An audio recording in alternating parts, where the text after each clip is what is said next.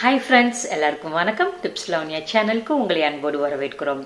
இன்னைக்கு நம்ம சேனல்ல வெண்டைக்காய் குழம்பு சிம்பிளா டேஸ்டா எப்படி பண்றதுன்னு பார்க்கலாம்.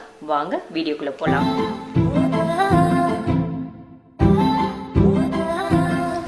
வெண்டைக்காய் புளிக்குழம்பு பண்ணுறதுக்காக நான் 2 ஸ்பூன் நல்லெண்ணெய் ஊற்றிக்கிறேன். எண்ணெய் நல்லா காஞ்சதுக்கு அப்புறமா இதில் 1/4 கிலோ வெண்டைக்காயை பொடிசாக கட் பண்ணி வச்சுருக்கிறேன். வெண்டைக்காயை போட்டு நல்லா வதக்கிடலாம். இது நல்லா வதக்க தான் வெண்டைக்காயில் இருக்கிற வலுவலுப்பு எல்லாமே போயிடும். அதனால் வெண்டைக்காயில் இருக்கிற வலுவலுப்புலாம் போகிற அளவுக்கு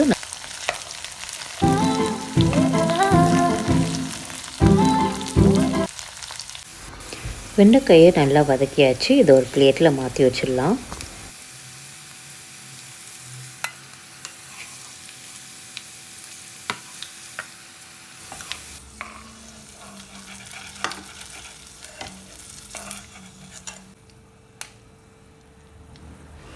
வெண்டைக்காய் வதக்கின எண்ணெயிலேயே குழம்பு வச்சிடலாம். 1/2 ஸ்பூன் கடுகு, 1/4 ஸ்பூன் வெந்தயம், கொஞ்சோண்டு கருவேப்பிலை, ஒரு 10 சின்ன வெங்காயத்தை பொடிசாக கட் பண்ணி வச்சுருக்கிறேன். இது கூட ஒரு 10 பல் பூண்டு இதை போட்டுட்டு இது எல்லாத்தையும் நல்லா வதக்கி விட்டுறலாம்.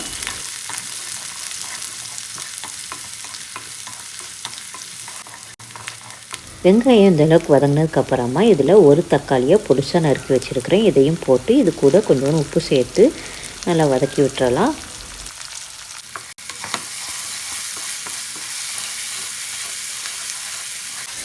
தக்காளி வதங்கினது நம்ம ஏற்கனவே வதக்கி வச்சுருக்கிற வெண்டைக்காயை போட்டு இதை ஒரு நிமிஷம் நல்லா வதக்கி விட்டுறலாம்.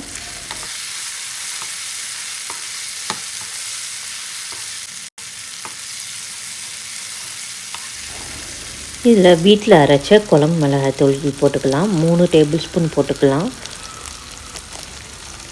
இது கூட கொஞ்சோண்டு மஞ்சள் தூள் போட்டுட்டு லைட்டாக ஒரு வதக்கி விட்டுறலாம். உங்கள்கிட்ட வீட்டில் அரைச்ச மிளகாய்த்தூள் இல்லாட்டினா 1 ஸ்பூன் வரமிளகாய்த்தூள், 2 ஸ்பூன் மல்லித்தூள் போட்டிங்கன்னா கரெக்டாக இருக்கும்.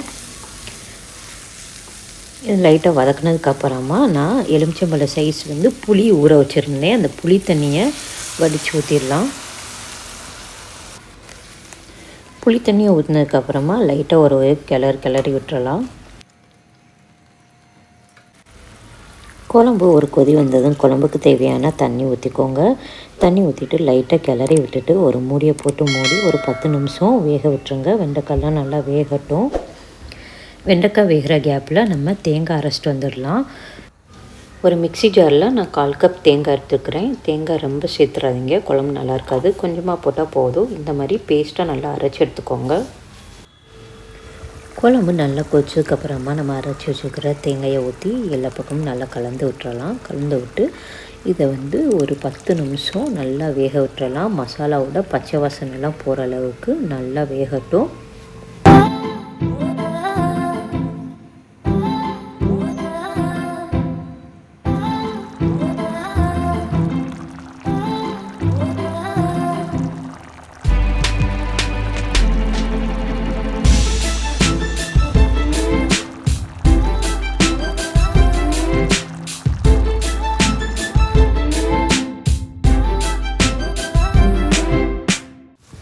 நம்மளுடைய வெண்டைக்காய் புளிக்குழம்பு சூப்பராக ரெடி ஆகிடுச்சு. நீங்களும் இதே மாதிரி செஞ்சு பாருங்கள். செஞ்சு பார்த்துட்டு உங்களோட ஃபீட்பேக் என்னோட ஷேர் பண்ணுங்கள்.